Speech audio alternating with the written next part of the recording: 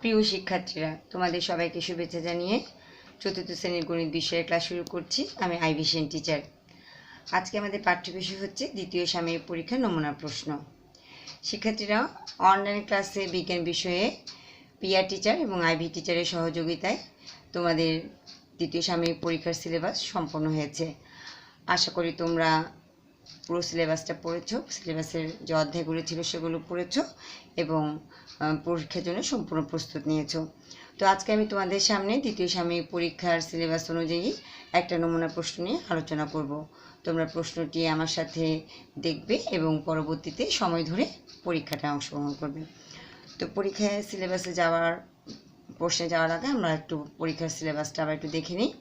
আমাদের দ্বিতীয় সাময়িক পরীক্ষার সিলেবাসে 4টি অধ্যায় ছিল প্রাথমিক বিজ্ঞান বই থেকে। তৃতীয় অধ্যায় মাটি, পঞ্চম অধ্যায় স্বাস্থ্যবিধি, দশম অধ্যায় আবহাওয়া জলবায়ু এবং 12 অধ্যায় ছিল আমাদের জীবনের তথ্য। শিশুদের জানা অজানা, বাংলাদেশ কৃষি, আবিষ্কারক, খেলাধুলা, এগুলোর থেকে আমরা কিছু প্রশ্ন নির্বাচিত করে তোমাদেরকে শ্রেণীতে দাগিয়ে দিয়েছিলাম। মানবন্টনে আমাদের সমস্ত অধ্যায়গুলো থেকে এবং জানা অজানা বই থেকে মোট সংক্ষিপ্ত প্রশ্ন থাকবে 10টি। প্রত্যেকটি প্রশ্নের মান হচ্ছে 2 করে।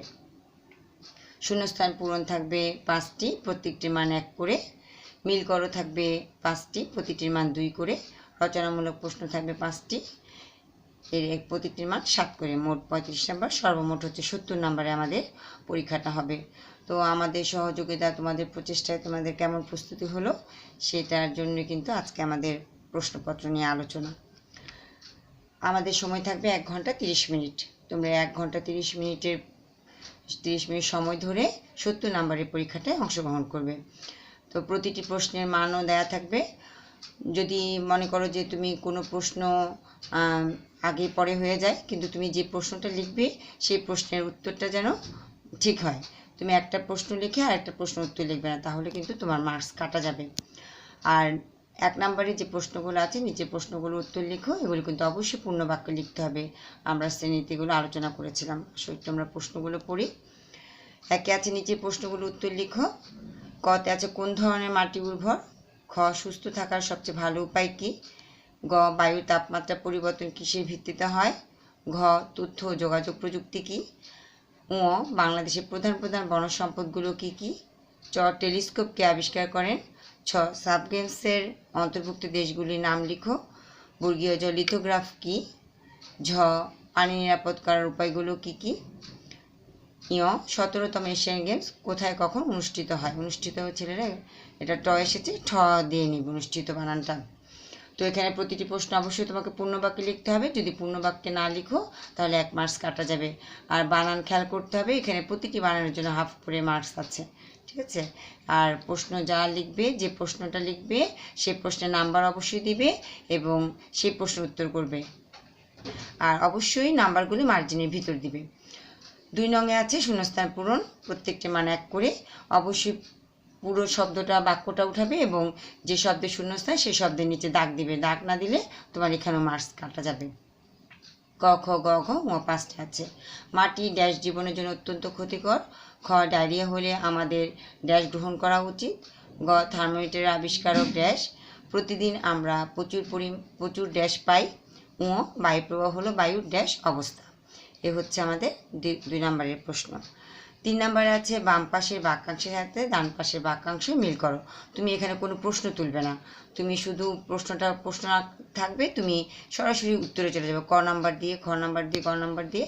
এগুলো ক্লাসে যখন পড়ানো হয়েছে তখন নমুনা হিসেবে দেখানো হয়েছে। তো ক নাম্বারটা আছে বাম পাশে আছে আকাশের অবস্থা, ডানে আছে ক্লান্তি দূর করে। খতে আছে কম্পোস্ট, তথ্য সংরক্ষণ প্রযুক্তি। গতে আছে গান শোনা, বই পড়া, অজৈব সার। ঘতে আছে বাহার মানিক রতন, জৈব সার। উঁতে আছে সিডি, ডিভিডি, পেন ড্রাইভ, আবহাওয়ার উপাদান এবং আরেকটা আছে উন্নত জাতের টমেটো। তো যেটার সাথে যেটা মিলবে তুমি পূর্ণ বাক্যে উত্তরগুলো লিখবে। এখানে 2 নাম্বার করে ছেলেরা। কাজেই বানানোর প্রতি সতর্ক থাকবে, দেখে লিখবে, কাজে বানান যেন ভুল না হয়, তাহলে তুমি সম্পূর্ণ 10-এ 10 পাবে। 4 নংয়ে আছে নিচে প্রশ্নগুলো উত্তর লেখো। এখানে আমাদের 5টা প্রশ্ন আছে, প্রত্যেকটি প্রশ্নের মান 7 করে। প্রথম অংশের জন্য 1 আমরা আলোচনা করেছিলাম আগে, আর পরের অংশের মান 6।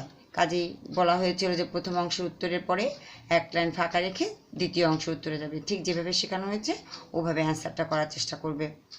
কতে আছে মাটি সংরক্ষণ কি, কিভাবে মাটি সংরক্ষণ করা যায়। খতে আছে পানিবাহিত রোগ কাকে বলে, কিভাবে পানিবাহিত রোগ প্রতিরোধ করা যায়।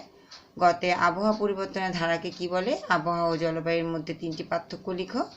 ঘতে আছে তথ্য সংরক্ষণ প্রযুক্তি কি, কিভাবে তথ্য সংরক্ষণ করা যায়।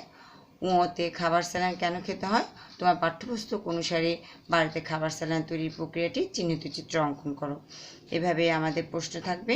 তো তোমরা 1.5 ঘন্টা সময় ধরে পরীক্ষাটা দিবে এবং আশা করি তোমরা অবশ্যই পরীক্ষাটা ভালো করতে পারবে। এখন তোমাদের খাতাটা কিভাবে প্রস্তুত করতে হবে, তোমরা অবশ্যই, যেহেতু আমরা ক্লাস 4-এ পড়ে আমাদের মার্জিন করা খাতায় লিখতে হয়, কাজেই রুল করা বাংলা খাতায় লিখবে। যদি স্কুলের খাতা নাও তাহলে তো রুল করাই থাকবে, তারপরও তুমি স্কেল দিয়ে রুল মার্জিনটা করে নিবে। প্রত্যেকটি পেজে মার্জিন করবে, ঠিক আছে।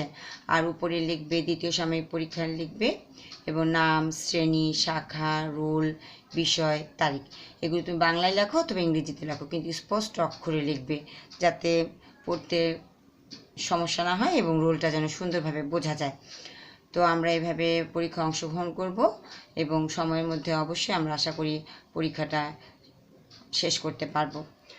তো ছেলেরা, আমাদের যেহেতু আমরা পরীক্ষায় একা একাই বাসায় অংশগ্রহণ করছি, তারপর আমাদের কিছু মনের ভিতরে কিছু প্রতিজ্ঞা আমাদের আছে, সেই প্রতিজ্ঞাগুলোকে আমাদের স্মরণ করতে হবে, ঠিক আছে। আজকে আমরা আমাদের 7টি প্রতিজ্ঞা 4টি প্রতিজ্ঞা একটু মনে মনে পাঠ করি। 1. সর্বদা পিতামাতা, শিক্ষক এবং গুরুজনদের বাধ্য থাকব। 2. সত্য, সরল, বিশ্বস্ত, ন্যায্য এবং সমসাধ্য করে নিজের জীবনকে গড়ে তুলব। 3. প্রতিদিন 3 থেকে 5 ঘন্টা নিজে পড়ালেখা করব। 4. স্রষ্টার প্রতি গভীর বিশ্বাস রাখব। দেশ এবং শিক্ষা প্রতিষ্ঠানের সব নিয়ম কানুন মেনে চলব। অবশ্যই আমরা আমাদের হৃদয়ে এই প্রতিজ্ঞাগুলো ধারণ করে সেই মতোই চলছি। আমরা বাসায় পরীক্ষা দিব, আমাদের ইনভিজিলেটর হিসেবে থাকবে আমাদের বাবা মা, ঠিক আছে, বাবা মা বা অভিভাবক। আমরা অবশ্যই তাদের কথা বাধ্য হয়ে থাকবো এবং শুনবো। অবশ্যই আমরা আমাদের সততার পরিচয় দিব পরীক্ষায়। আমরা ঠিক সেভাবে, যেভাবে আমরা স্কুলে বসে পরীক্ষা দিই 1.5 ঘন্টা, ঠিক ওইভাবে আমরা পরীক্ষা দিব। আর প্রতিদিন তো আমরা এখন 3 থেকে 5 ঘন্টা অবশ্যই পড়াশোনা করছি। স্রষ্টার প্রতি আমরা বিশ্বাস রাখবো এবং আমাদের স্কুল, দেশ যা নিয়মকানুন দিয়েছে আমরা সেই শিক্ষা প্রতিষ্ঠানের সব নিয়মকানুনগুলো মেনে চলব। আমি সম্মানিত অভিভাবকদের অনুরোধ করব, আপনারা পরীক্ষার সময় ছেলেদের ইনভিজিলেটর হিসেবে থাকবেন এবং সেভাবে তাদেরকে গাইড করবেন। তারা যেন 1.5 ঘন্টা সময়ের মধ্যে একেবারে নীরবতার সহিত পরীক্ষাটা দিতে পারে। আপনারা যদি সহযোগিতা করেন অবশ্যই তারা পারবে। পরীক্ষা দেওয়ার পর ছেলেরা খাতা তোমাদের কাছে রেখে দিবে। আমি সামনের ক্লাসে উত্তরপত্র নিয়ে আলোচনা করব, তখন খাতাটা মিলিয়ে নিবে। কারণ সামনে আবার আমাদের 16 তারিখ থেকে পরীক্ষা শুরু হচ্ছে, ড্রয়িং পরীক্ষা 16 তারিখ থেকে, তারপর তো আমাদের আসল পরীক্ষাগুলো শুরু হবে। তো আমি আশা করি তোমরা এর মধ্যে প্রস্তুত হয়ে গেছো, ভয় পাওয়ার কিছু নেই। যেভাবে আমরা পরীক্ষা দিই সেভাবে আমরা নিয়ম শৃঙ্খলা মেনে পরীক্ষা দেব। তো তোমরা প্রস্তুত নাও, পরীক্ষা ভালো মতো পরীক্ষা দাও। আবার তোমাদের সাথে সামনের ক্লাসে দেখা হবে। তোমাদের সবাইকে ধন্যবাদ।